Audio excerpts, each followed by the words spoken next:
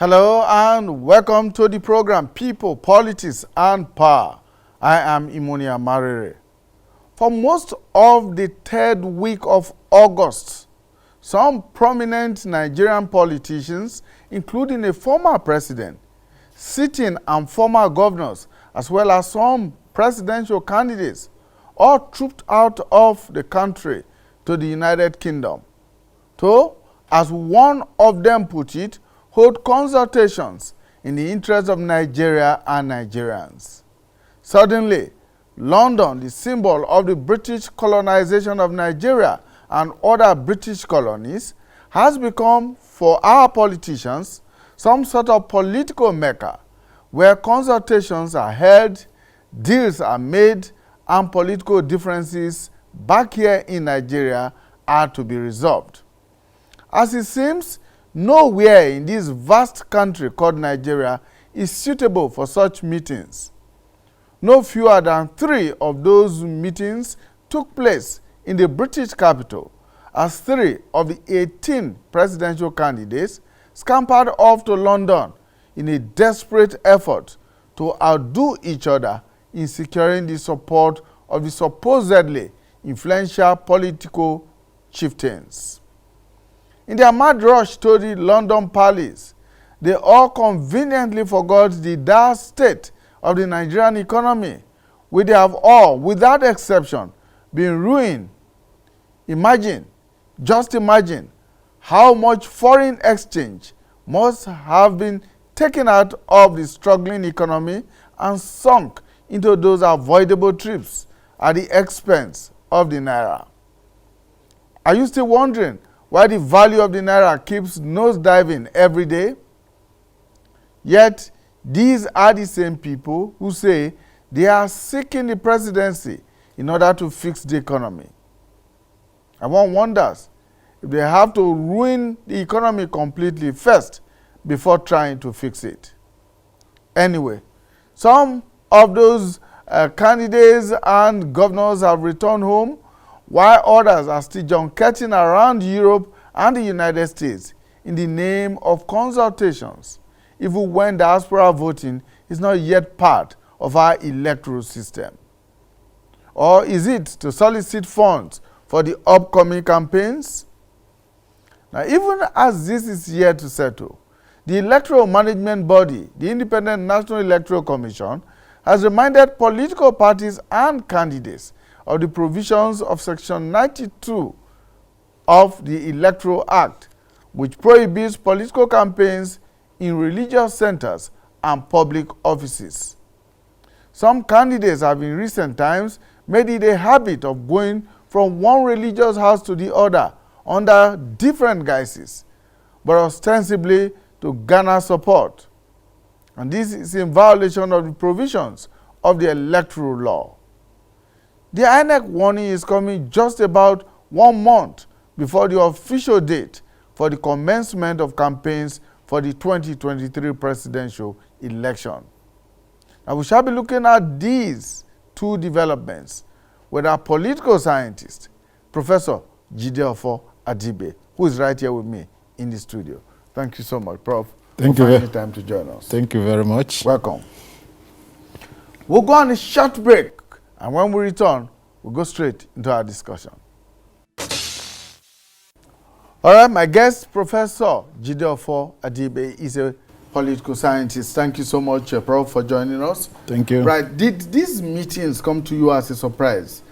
These meetings, several meetings that took place in London in over a period of 1 week.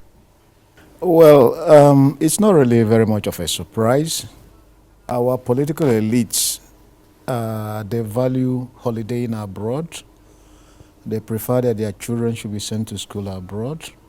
And recently, it's become also fashionable for their children to wed abroad, especially in Dubai. So this is one of the ways of underlying their own elitism, the exclusivity of what they do. Well, regarding the meetings, one of the arguments was that they wanted to escape the prying eyes of the Nigerian public. If that was the case, then why do they have to send the photographs back to us, to rub it to our face? But let me also say something. I'm more concerned about those holding government offices. So if you're a governor, it will be interesting to know, are you using state funds for such? Because it's not part of your state duties. And technically, it should be called abuse of office to use government resources for your own personal and private gain. For those who are funding it from their pockets, those who are not government, there is also a moral question. If, for example, in the US, you are running for president and they see you driving a Japanese car or a British car, it detracts from you, from your presidential bid. If you are in the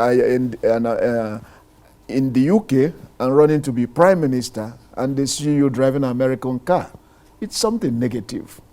In the same way, even if you are running with your own money as a private person and they see you going abroad, I mean, I can understand if you say you want to go and engage with Nigerians, but you go to hobnob and hold meetings. It is something that is not so good in terms of the morality of it all. So I think it's something Nigerians should begin to raise questions. And if it is meant to glamorize such meetings and there is a backlash, then obviously they will take the message will be passed across that, look, we are not impressed. There are so many places you can do it here. Why not do it here? So that's, I think, raising this outcry is one of the ways of checkmating it. And I hope some of the NGOs will also raise questions of the funding, especially from some of the governors. Very interestingly, a number of the governors who were on the trip are owing salaries. One is owing the salary of the lecturers in the state universities. One is owing pension arrears. And you have money to go there, and you went to Park Lane, an exclusive hotel where an estimated cost per night will be about equivalent almost 500,000 naira. That's something that should be probed. If it is from their pocket, well, that will be a different thing. But I think the government agencies should be looking into such matters. Before the London meetings, the norm was to either head to Dubai or head to France.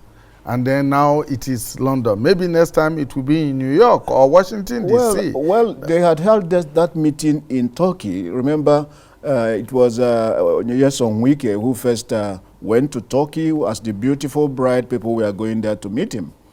And then it allegedly, the former vice president, Atiku Abubakar, has his home, allegedly, in Dubai. And most of the political meetings, he prefers to hold there. Again, ostensibly to escape from the prying eyes of the public. We don't know if that's the case because he has denied it. But I say it's just like the public education system, where their children are not in the public education system in the country, so it doesn't matter to them if it's collapsing. So if you are preferring abroad now, how are we sure that you have a vested interest in fixing this country and making it good? Because it's only when you stay and say, this is where I'm doing my own thing, people will then believe that you are walking the talk, that this is where you are and that you want to make it better. So you are giving the impression that this country is collapsing and that you are already finding a plan B for yourself. And that is not very good for people who want to lead us. And these are the same people who on a daily basis talk about the very poor state of the Nigerian economy.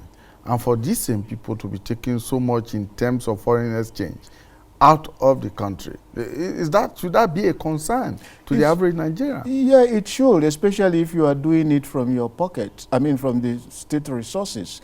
But as I said, even if you are deriving it from your private pocket, at a time people are trying to, bring people's faith back into the country, give hope that you are going to fix this country and say, look, I'm going to stay here. We are going to make this place better. I'm one of those people who believe that if you want to run for a political office, you have to assure us that your children will be in public schools, that you are going to patronize the public hospitals. Because at least out of enlightened self-interest, you have vested interest in making it work. But first of all, you people don't holiday in this country. Your children don't study here. You do a medical tourism. Now, something as banal as holding a meeting, no hotel is good enough for you now. So why do you want us to believe you are interested in this country? It's a moral question, even if you're paying from your pocket. Now, let's now look at the outcome of those meetings. Yeah. There were a series of meetings. First, there was one with the APC presidential candidate, another one with the Labour Party presidential candidate, and then the PDP presidential candidate. And then there was also one with former President Olusegun Obasanjo. Now, what is it that can be taken away from those meetings that can substantially affect the 2023 elections or the strategy for the 2023 elections? Let me put it this way. The two main parties, the PDP and the APC, have some issues. First of all, you have the same fate ticket of the ruling APC, which obviously some people are trying, or unexpectedly, people are trying to make a political capital out of it. Now you come to the PDP. It has also its own issues. First, at a time people believe that it should be the turn of the people from the south. Somebody from the north, moves in and becomes the presidential candidate. That alone is one thing they have to grapple as election. On top of that, you have national chairman is from the north, board of trustees from the north, and the presidential candidate is from the north. The argument, I'm surprised that the PDP is even making an argument that it is only when it wins that they will consider the chairman stepping down. The important thing for them to know is that the optics they create is what people look at in the voting itself. Already, some people are caricaturing them as Northern People's Congress. What do I mean? It means that as weakest argument, some people believe he's overstretching it, but some people believe, well, he has a point, that it only makes sense if you really, it's not enough, for example, that at a time that the sentiment is that the power should shift to the south, somebody from the north, a Fulani Muslim, is trying to succeed. That alone, they should be in a position to milk political capital from the same faith ticket of the APCs, and they are not able to do that. So simply because of this baggage they have. So that therefore, probably that's what the Labour Party is trying to exploit itself. It has own issues, being relatively new and others. So it is now not straightforward. Before you could say that the dominant party, the ruling party, has all the advantages. But politics being a game of subtraction and addition. In the APC, you have the subtraction of the same faith ticket. In the other party that should have easily capitalized on it has its own baggage. And the worst of it is that it's being arrogant about it. Nobody should even tell them that in the run-up to this election, we need to do this, to douse this idea that people are seeing us as a Northern People Congress, so that we will even win the vote. So if you don't do it, how do you expect the generality of people from the south to even vote for you? I think it is even when they have he shouldn't even have waited if they really are interested in winning. That's the way I look at it. So it's all about permutations. And the complicating thing there is the involvement of the former president. And he's a man driven very much by what he believes, and he doesn't care. So we don't know. First of all, there were insinuations he was supporting a particular candidate. And then he came out recently to say, look, I have no candidate after meeting, with both Babangida and Abdul Salam, which raises the question, was it that he had a secret candidate and after the meeting he changed his mind? So nobody knows. He said he has a Nigerian agenda, and that will unfold shortly. So we are waiting. Now, why we wait for him to come up with his Nigerian agenda? We need to also interrogate why he had those consultations, because they call them consultations in London, only to come back home to come and consult with General Abdulsalam Abubakar and General former President Ibrahim Babangida. So, given what we have seen so far, and going by what have been put in the public space by those who went for those consultations, was it worth the while going all the way to London to go and consult and then come back to Nigeria to come and do further consultations? Have we seen anything positive from those consultations? We don't know what the permutation, but let me say that as former heads of states, they have vested interests. Everybody knows that this country is on a precipice.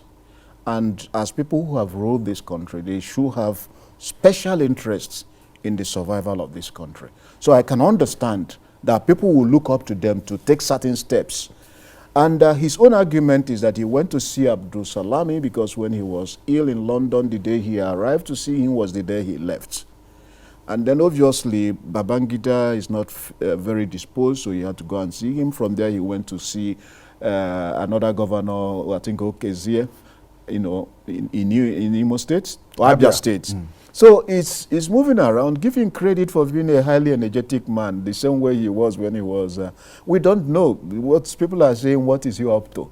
And we'll see how it all comes together, because what we know is that one way or the other he's trying to work out something. There have been rumors that he was pressuring one candidate to step down for another and all this, or for others to support. We don't know. And we should not even assume that if Obasanjo said to Wike, now you support candidate A, that everybody in that zone will follow. It doesn't. I don't think it will follow that way. The government, yes, the governors are powerful, especially when it comes to controlling the rigging machine. But if Beavers has reduced the possibility of rigging, we don't know. But if it has, it also means that the influence of the governors in determining the outcome of an election in their zones is also reduced. So I think we are making, yes, governors are extremely important. They control what you can call the party structure. But they don't have the power to tell everybody to queue on the same line. If that happened, then we wouldn't have sitting governors losing elections. It happened in Ekiti. It happened in a few other places. Even Jonathan lost election. So while we respect the power of governors, we should not overrate them. Should we believe those who say that their consultations in London or indeed elsewhere is in the interest of Nigeria and Nigerians? Or could this just be a way of obfuscating the true picture of things, that these people are actually out to protect their own political and economic interests? First of all, I believe that Governor Wike was playing some kind of mind game. And politicians all play mind games. I call them political investors. Because, yes, everything they do, they will rationalize it on national interests. But the truth is that it's about them. So that is why in any conflict situation, political conflict situation, they start with sharing of political positions. If we win, we'll give you this, we'll give you that. So who knows what they are trying to broker? It is also possible that some of these things they are doing is to just kind of a decoy. Remember, they say politics is a game. So nobody knows what is happening. We are waiting for the agenda and we interrogate them. I believe that when the formal campaigns are lifted, some of the issues will start coming to the light. Okay, let's quickly talk about the warning that was issued a few days back by the Independent National Electoral Commission. And it pertains to campaigns in religious centers, in public offices, in police stations, and all such places. And the commission made reference to Section 92, particularly subsection 3 of that section, which talks about campaigns not being allowed in places designated for religious worship, police stations, and public offices, and says they shall not be used. What do you think may have motivated the commission to issue that warning, because he did say that the penalty for such conduct is quite clearly spelled out in the Electoral Act. Fines and terms of imprisonment. Well, you have to look at it. One, are we talking about campaign now? Or when they, if you are talking about when they ban on campaigns, you know, is lifted. Is lifted. And that will be September 28th. That if it is that's a different thing, because no right-thinking person will carry campaign and go to church and say, I'm doing campaign. That's otherwise, what they are mistaking is that campaign is ongoing now. It is ongoing now, but they will call it, they are not campaigning, they are only testing the microphone. So when you visit a church, you don't even make a speech. So that is about the opaqueness of some of the provisions in that section 92. You are not, but you are doing what they call symbolic speech, symbolic campaign. The mere fact that you are being introduced and you are a candidate is a campaign itself, but nobody can hold you down to it because you have a freedom of movement, you have freedom of association. If anybody can be blamed, it will be the media and the people who use their phones to take photographs of such and post on the social media. So you cannot tell somebody a candidate simply because he's a candidate, he loses his right of association, his right of going to mosque, and his right of going to church. There are so many, that section 92, so many opaqueness, but it's about a moral suasion. For example, it talks about, you know, you don't have to engage in hate speech. The truth is that in elections, and there's a very thin line between what you call hate speech and aggressive interrogation of claims. In every election, you know, it was Mao Zedong who told us that politics is war without weapon. I mean, war without bloodshed. Why war is politics with bloodshed. So it is always in every climb. It's heated. And another one, they say, based on issues. There is no place in the world where campaigns are conducted like academic seminars. It is always emotionally driven. And what you call focusing on issues is not what decide elections in countries like we look up to. Look at America, for example. If you are running for election, they look at your character, they look at your integrity. In 1988, I'm sure you are aware of, Gary Hart was already a Democratic front runner. It was just infidelity. You know about Chappaquiddick, Ted Kennedy's 1969. It was that derailed him. So in the UK, what brought Boris Johnson down is not about performance. It's about partying in a kind of COVID. So it is the integrity they will in fact, you are not actually elected if you are a president to have the capacity to be able to implement specific policies. Your role is to manage men and resources. So when I understand when people say, tell us how and why, and you have to focus on issues. Yes, we agree, but no, there's no way. Elections are driven by emotions. And that is why some people call democracy mob rule. It never promises you that you get the best. Yeah, but that may work in some very advanced democracies. In most other democracies in the developing world, such moral issues hardly play key roles. Look, tell me any country you know where it is pure, tell me what you can do. Yeah, it doesn't. Look at the campaign in the UK now. Sunak should have been the one, but you see, it's not so much there, there's a mixture of your emotions. And that is why political strategies, when they come around, they do what they call demographics. They identify various identity markers and do tailor messages to each identity. So so many of these things, section 92, you look at it, is okay, it's very moralistic. Are they implementable? No. If, for example, a priest or an imam decides to, you know, they played a key role in registration of PVC.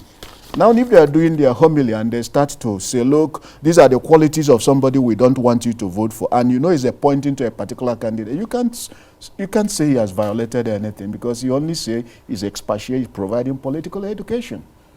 So it becomes very difficult. So that's the entire section is very opaque. All right, Prof. I'm hoping that before the campaigns kick off on September 28, we should be able to come back here to talk about our expectations of what each of those candidates and the political parties should be putting out there. Because at the moment, very little is being said about the manifestos, the programs of the political parties.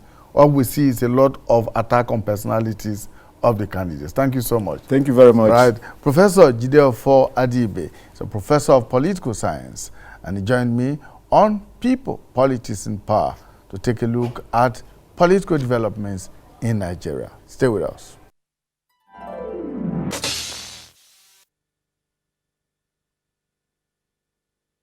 On this program, we talked about Birland, Africa's emerging new state, a territory located between Egypt and Sudan, with a landmass of over 2,060 square kilometers. Although a desert territory, it is bigger than countries such as Malta, Brunei, Bahrain, Singapore, Dubai, Sao Tome, Barbados, Grenada, and Comoros. Birland was officially founded 7 years ago by King Amir Hayawi and operates a constitutional monarchy with English as its official language. Before then, it was ruled by no state at all, inhabited by no permanent residents, and governed by no laws. It was the last unclaimed land on earth, described in the Wikipedia as terra nullius, meaning no man's land. The founder of Birland described it as Africa's 55th state. Since that edition of the program we aired, we have been receiving numerous inquiries from Nigerians about the status and potentials of this territory, which is said to be the continent's nearest future Dubai. A Nigerian professor, Matthew Barango Wenke, is the Minister of Trade and Investment in that little-known territory. He was our guest on the program just over 4 weeks ago. Now, we have been able to track down the Prime Minister of Birland, Dr. Eden Soriano Trinidad, to talk more about the emerging state and to answer the many questions that have been thrown at us since we had Professor Barango Matthew Wenke here on the program. Professor Barango himself is also joining us right here in the studio to provide answers to your numerous inquiries. Professor Barango, thank you so much. You're welcome, Imoni Amare. And let us also welcome the Prime Minister of Birland, Dr. Eden Soriano Trinidad. Thank you so much for joining us, Prime Minister. Hello, good evening from the Philippines. Thank you so much for finding time to join us, Prime Minister. In the meantime, Professor Barango, let's get back to Birland. Very many inquiries that have been made since you last appeared here. And many Nigerians are wondering what exactly Birland, the opportunities and the incentives that there may be for people who are interested in knowing more about Birland. Yeah, the area of incentive, there is so much incentive and benefits. Like I said the other time I came around, we talked about employment opportunities that will go into Birland from Nigeria. Birland stands to share some level of technology, education, health, areas of health, and investment opportunities. Investment opportunities, one, when we meet in UK this year, we're looking at taking a decision officially to make Birland a physical island.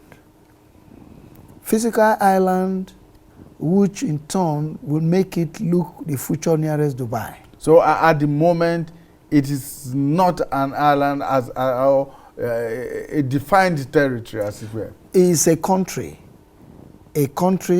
bordered Sudan and Egypt. But why we put in island is that we can as well call it a physical country. But for UN to give you that physical nature, you have to call it a physical island. Physical islands are where taxes are low. There are a lot of free opportunities. Opportunities are there that when investors come in, their funds are secured, just as Switzerland. So we're trying to make it a physical island where people will now move in their funds from both Europe and in Africa.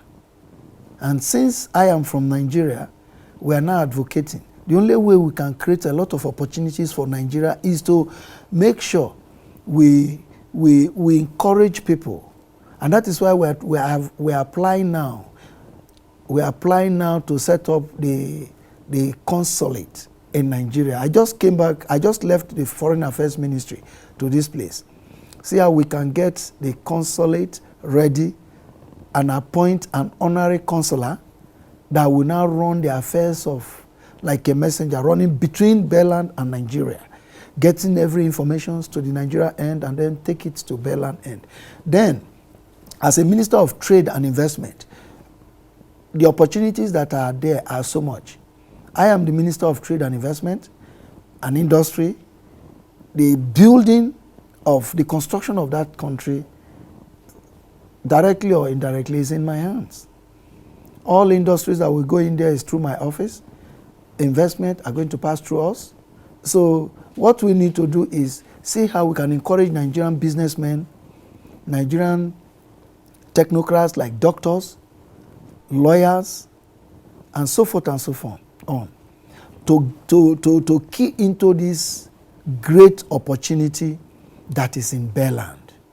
Just like when Dubai started, those that went to Dubai first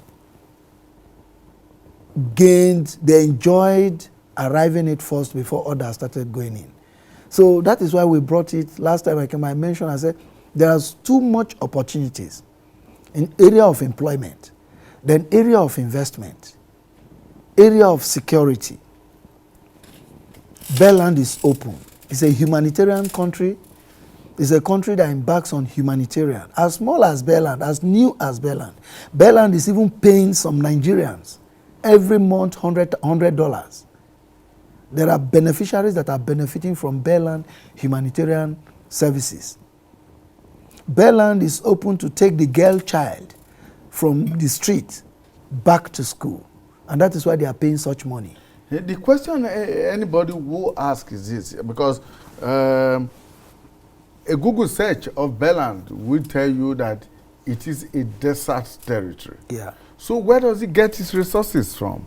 Or how does he intend to get the resources to develop it as an independent state, country, territory of his own? Yes. Now, like I did mention here, I told you when I started, Birland, we intend to make Birland a physical island. A physical island, the opportunity there is that UN is going to create an opportunity, take off grants. Nations will support at the initial stage. Birland has its own mineral resources. But at this point, there is this UN treaty. Nations countries that could not, are just taking off. Emerging new nations that are taking off have been supported by Birland. It depends on how you want to run it. Like as it's a desert, Dubai was once a desert. Now we are saying that we want to make it a physical island.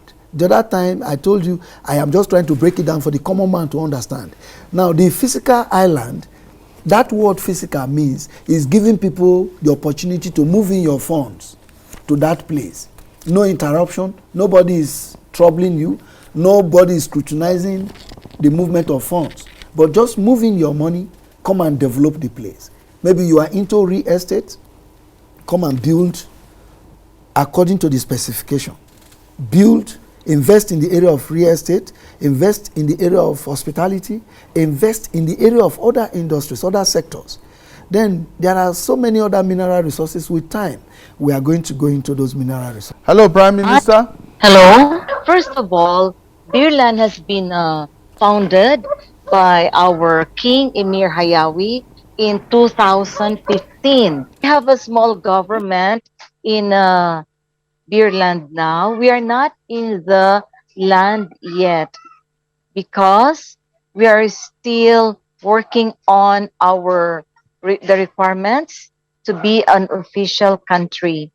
But we have a small government and we have our king, our president and ruler, and I am the prime minister, Eden Soriano Trinidad from the Philippines. So, as you said earlier, Beerland is bigger than the 25 countries in the world. Our land mass is 2,060 square kilometers.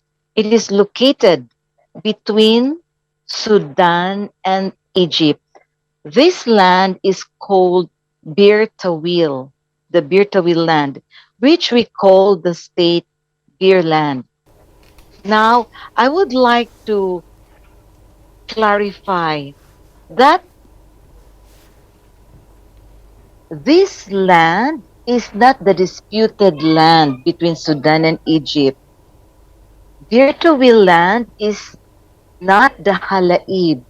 If you heard and check the world map or the globe, you will see there is a land with its own political border between Sudan and Egypt, and the name of this land is Bir Tawil.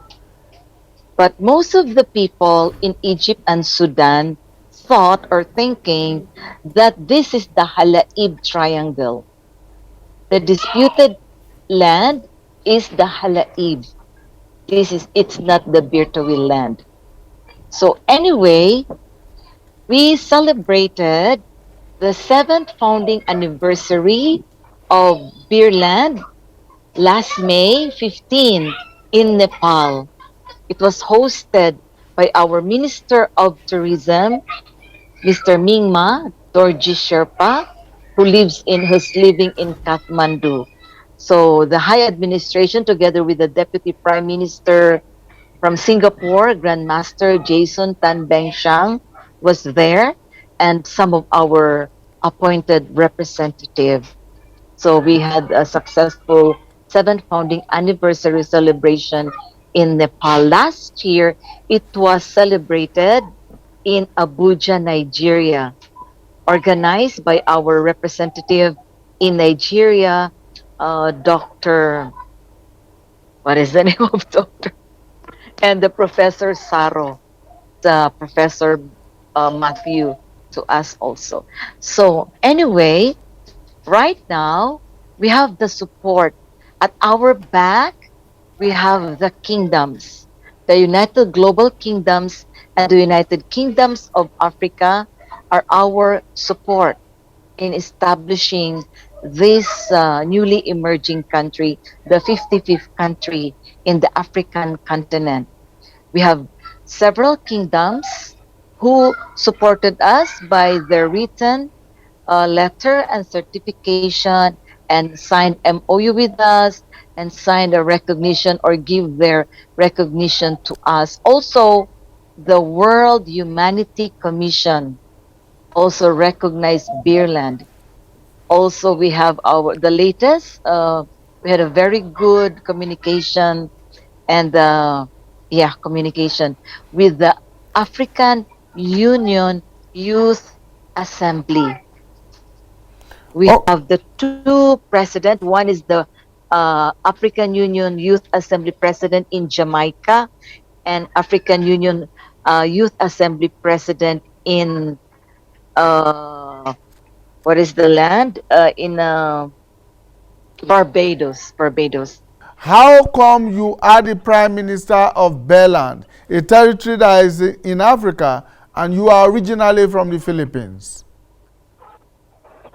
I don't I will try to understand what you're trying to ask. Are you trying to ask me why I am the prime minister? Exactly. Oh, yeah, because Birland is a multinational. It is an international country. You see, Birland is not coming, or it is not a country because of division. Most of the country like South Sudan is from division and separation from the mother country. But Birland is not. As I said earlier, Birland has its own political border. It is a fresh country. It is a new country, as in new. We are starting as a new country. We will have our own constitution, our own government, our own people. And what, to make a country a really new country, not from a separation, you cannot make it in a country, a new country with one kind of people. Say we will put all Nigerians there, then it is not a new country. It will be a Nigeria, which is not possible. So because it's a new country in the making, the government and the people will not be one nationality. So it is composed of different nationality. So if you check our website, www.birlandgov.org, we are from different country. The founder and president is from Belgium. He is an Iraqi and grew up and study and live now in Belgium. I am from the Philippines. The deputy prime minister is from Singapore, and the different countries really. That's why we can make a new country. Okay, so how do other people Difference. from across the world who are interested in becoming citizens of Birland attain that status? Ah, what do they need? What do they need to do to become a member of Birland? That's right. For now, we are not yet bringing anyone to live in Birland. We have to prepare the land to be livable because it is a desert. There's no water system, no energy system, no shelter. If only I'm prepared and I'm told that I'm going to have an interview, I could have shown you a PowerPoint presentation so you can see what is inside the land. There are only several native people living in what I describe nomadic huts. But maybe it is not a nomadic. Maybe that's really how they live. Because when they found in 2015 by our founder, they are already living in those huts wherein even maybe the animals today will not, stay there. Because our animals, our dogs, we have our very nice cages. But if you can only see the huts that they have, it's not really livable, especially during this time where the temperature is 50 degrees centigrade. The temperature is actually the same like in Dubai. You know how we know it? Because we can check the weather in Google. Every country you can check what is the weather now, if it's raining or not. Yeah. So we know what is the temperature in the land, even we are not yet there. So our plan, our short plan, immediate plan, is to build the structures so that we can bring some workers, skilled workers, and they will be the one to build the structures. And the first structures that we will bring there, that will be their houses. And when we have prepared already some caravan houses with water system there and some solar lights, solar lamps, so that when we bring it inside the land, they will have the lights and some water. We will bring in some container water trucks there. Yeah, this is the short plan. Okay. The reason why we want to make this a real country is because of these stateless people who nobody gave them dignity. They were there, living there with no marriage, no certificate, no ID, no citizenship, of course, no education. This is the reason why we want this land to be a real country, to give dignity to some stateless people and some refugees. No, not all refugees, of course. We don't want to create another poor country that will be a problem of the United Nations, of the African Union, and the European Union. We want a new country, a unique country, a humanitarian and an economic, technological hub, but not a poor country. That will be another Exactly, problem. exactly. So, people are actually now, many Nigerians and Africans are knocking to us and when can we be a citizen of Birland? When can we go there? They thought it's just like that. No, we have very good plans to make it a humanitarian country, but not to put everybody there and what? Just sit down and wait for food like what's happening in the refugee camps. It's not like that. All right. Thank you so much, Prime Minister, for your time. Thank you. Professor Barango, just to follow up on what I asked the Prime Minister, there were some indigenous peoples in the territory before it was officially founded 7 years ago. Yeah. What's been the attitude of these people to the developments that you and your collaborators are bringing along to Birland? Well, they are very grateful. They are happy. Nobody want to see light and said you're not going to be. They are very happy. They were ordinarily, you know, these are people that are not exposed to the world. They had never, for decades, they have never been associated to any nation, any country, or any state. No light, like I mentioned, I did mention the other time, no electricity, that is no power, no communication, no vehicle, no means of transportation. They are like nomadic. They move around with their mind. So now that people, tourists, the founder is like a tourist that went in there and discovered this place and decided to push that, okay, we could make out a nation from a country from this. Like my Prime Minister said, it's a multinational, it's an international community, a country that draw people from different countries. That is, people from different nations that came with their different backgrounds and capacity to build that place. We are contributing ours. Maybe when the time is due, some of us might say, okay, we are no longer going to be in active service, then we can give way for others to come in. Now, is there a possibility, Prof, that if and when this territory is beginning to develop, that we might see a situation where countries like Egypt and Sudan could lay claim to that territory? No, I think the minister, the Prime Minister and the President knows better, because the President is capable. He has already done presentation to United Nations. He has been recognized by EU. Other nations, United Kingdom, other kingdoms have recognized, has endorsed this nation. Like I mentioned, that is what she's repeating now. Birland is a humanitarian country.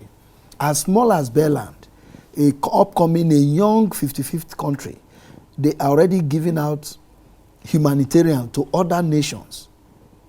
Even Nigeria here, people are benefiting from Birland humanitarian services.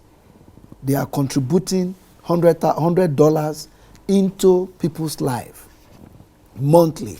So Birland is a humanitarian, and that is why I mentioned the other time, anybody that is appointed into Birland, you are going there for service, not for yourself. It's not a country where corruption is being welcomed. It's a nation where you put in your best to serve the place. Like I mentioned, she has repeated it today, no birth certificate, no formal education, no marriage certificate.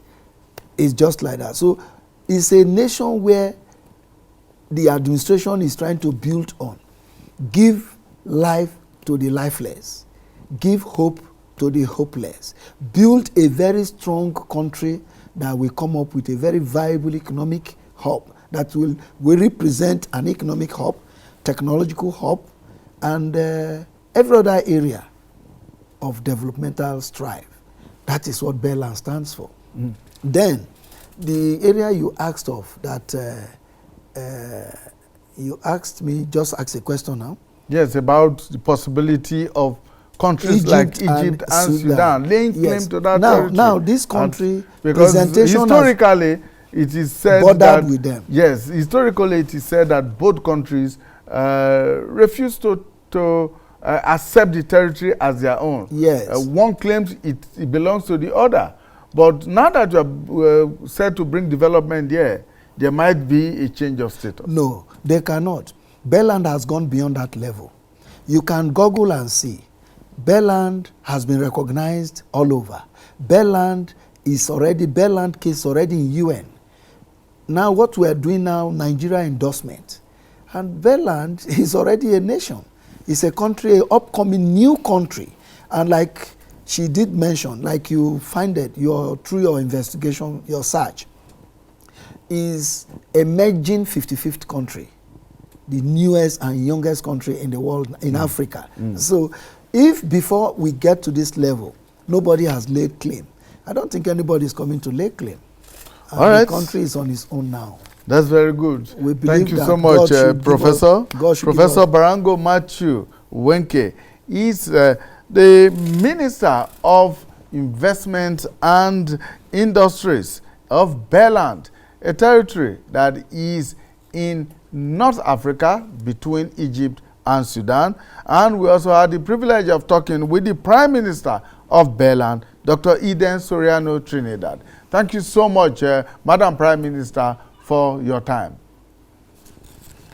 All right, that's our program for today. Thank you so much for joining us. We look forward to bringing you a new edition of People, Politics, and Power. Bye for now.